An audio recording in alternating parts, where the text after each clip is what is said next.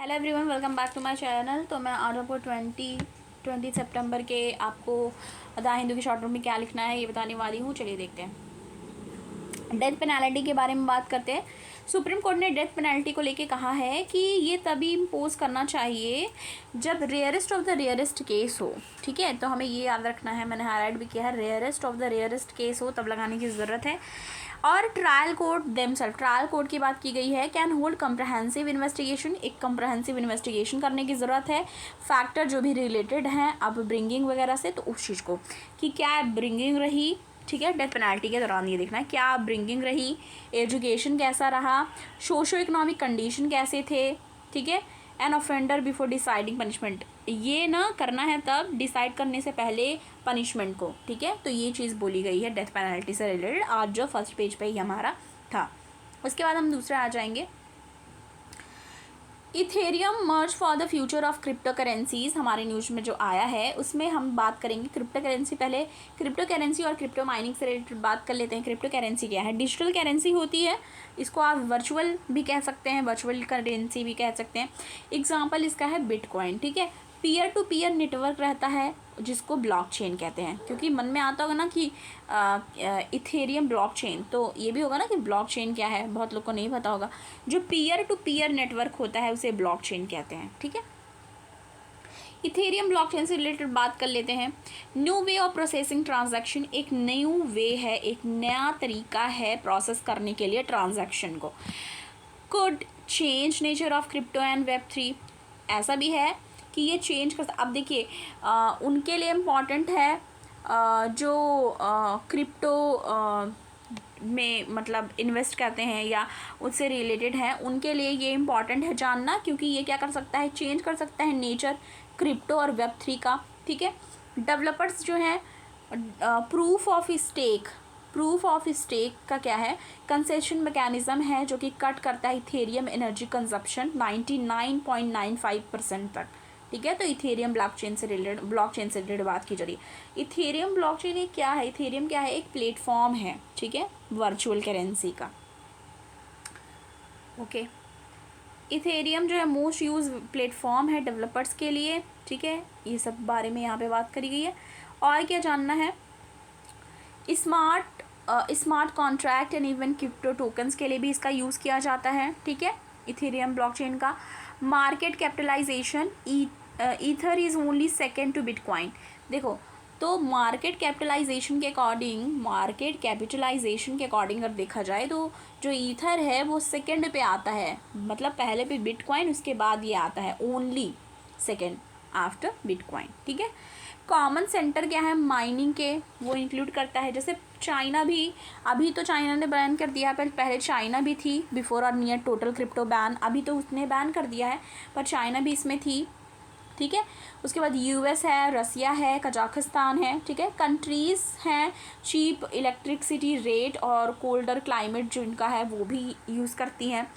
Ethereum website ने admit किया है, ये उन्होंने एक्सेप्ट किया है ये देयर क्रिप्टो एनुअलाइज्ड, जो उनका क्रिप्टो का एनुअलाइज्ड है पावर कंजप्शन, वो नियरली मैच करता है फिनलैंड से। मतलब उनका जो पावर कंजप्शन है एनुअली वो नियरली मैच करता है फिनलैंड से। और कार्बन फुटप्रिंट जो है वो किसके कंपेयर में देखा जा रहा है, इक्वल देखा जा रहा है स्विट्ज़रलैंड के कंपेयर में। ठीक है, कार्बन फुटप्रिंट स्विट्ज़रलैंड के कंपैरिजन में, और पावर कंजप्शन मैच कर रही है फिनलैंड से। तो ये हो गई हमारी। उसके बाद आगे आ जाएंगे। दूसरा हमारा न्यूज़ था, आपको याद होगा, स्कैंडिनेविया एंड सोशल डेमोक्रेसी। पहले जान लेते हैं कि जो स्कैंडिनेविया है, ठीक है, उसके रिलेटेड जान लेते हैं कि उसमें क्या कौन कौन सी कंट्रीज़ आती हैं। डेनमार्क आता है, नॉर्वे आता है और स्वीडन आता है। ठीक है, इस टाइप की कंट्रीज़ जो हैं वो स्कैंडिनेविया से रिलेटेड आती हैं। अब इसमें एक और टर्म है सोशल डेमोक्रेसी। सोशल डेमोक्रेसी से बारे में जानेंगे तो आप जस्ट इसको गूगल करेंगे तो पहले ही मैंने दो इसका डेफिनेशन दिया है, एक तो विकिपीडिया का है और एक तो उस तरीके से स्टैंडर्ड भी आप कह सकते हैं, मतलब दोनों हैं। इसमें evolutionary form of democratic socialism होता है, जिसका एम होता है ग्रेजुअली और पीसफुली अचीव करना सोशलिज्म को, ठीक है, थ्रू इस्टेब्लिश करके, कैसे इस्टेब्लिश करके पॉलिटिकल प्रोसेस, ठीक है, रादर देन सोशल रिवोल्यूशन। मतलब ये पॉलिटिकल प्रोसेस के थ्रू करना है, ना कि सोशल रिवोल्यूशन के थ्रू। एडवोकेट किया जाता है रिवोल्यूशनरी सोशलिस्ट के द्वारा।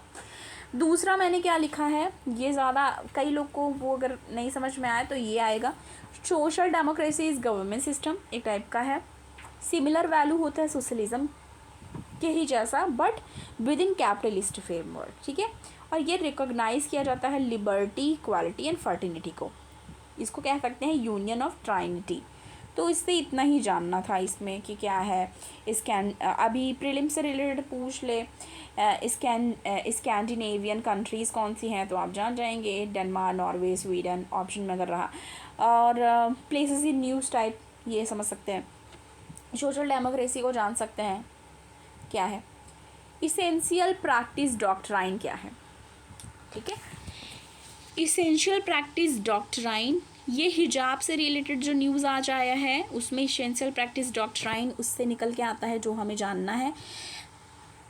इसका एग्जिस्टेंस कब से मिला, जो एक स्पीच दी गई थी भीमराव अंबेडकर जी के द्वारा कॉन्स्टिट्यूएंट असेंबली में, ठीक है, तब ये एग्जिस्टेंस इसका मिला कि इसेंशियल प्रैक्टिस डॉक्ट्राइन का। ये डिस्टिंग्विश करता है religion from secular, religion from secular. Argued क्या हुआ था, आर्ग्यू क्या था कि state should be allowed to interfere in matter that connected religion but not intrinsically religious, ठीक है। तो ये उनका आर्ग्यूमेंट था भीमराव अंबेडकर जी का।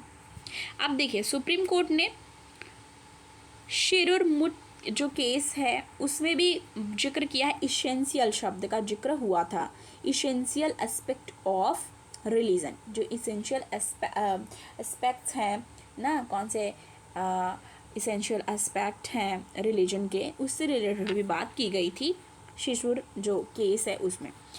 एग्जाम्पल के तौर पे देखें तो 1962 में कोर्ट ने क्या बोला कि जो कोर्ट ने क्या ऑब्जर्व किया कि बॉम्बे लॉ प्रोहिबिट करता है एक्स कम्युनिकेशंस मेड बाय, ठीक है, दाई ऑफ दाऊदी बोहरा कमेटी।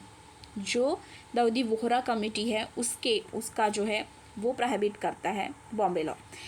और इसका एम क्या है, social welfare can not reform a religious out of its existence, ठीक है। तो ये भी ध्यान में रखना है हमें। वही है सेम, उस पर ब्लर था, सॉरी। तो ये वाला देखो साफ है। हिजाब के एसेंशियल प्रैक्टिस डॉक्ट्राइन जो था तो उसमें इससे रिलेटेड हमें पूरी बातें की। विंडफॉल से रिलेटेड आया, विंडफॉल टैक्सेशन से रिलेटेड, तो ये हम पहले पढ़ चुके हैं, तो वहाँ का मैंने आपको क्लिक करके दिखाया कि हम इसको ऑलरेडी पढ़ चुके हैं। हायर टैक्स रेट होता है, सडन विक प्रॉफिट होता है, इटली और हंगरी इम्पोज कर चुकी है ऑलरेडी, और ये प्रॉफिट होता है नॉर्मल वैल्यू से ज़्यादा का, ठीक है। और इंडिया ने कंसिडर किया है ऑयल गैस प्रोड्यूसर्स पे stayed on private fuel, food, fertiliser, ठीक है।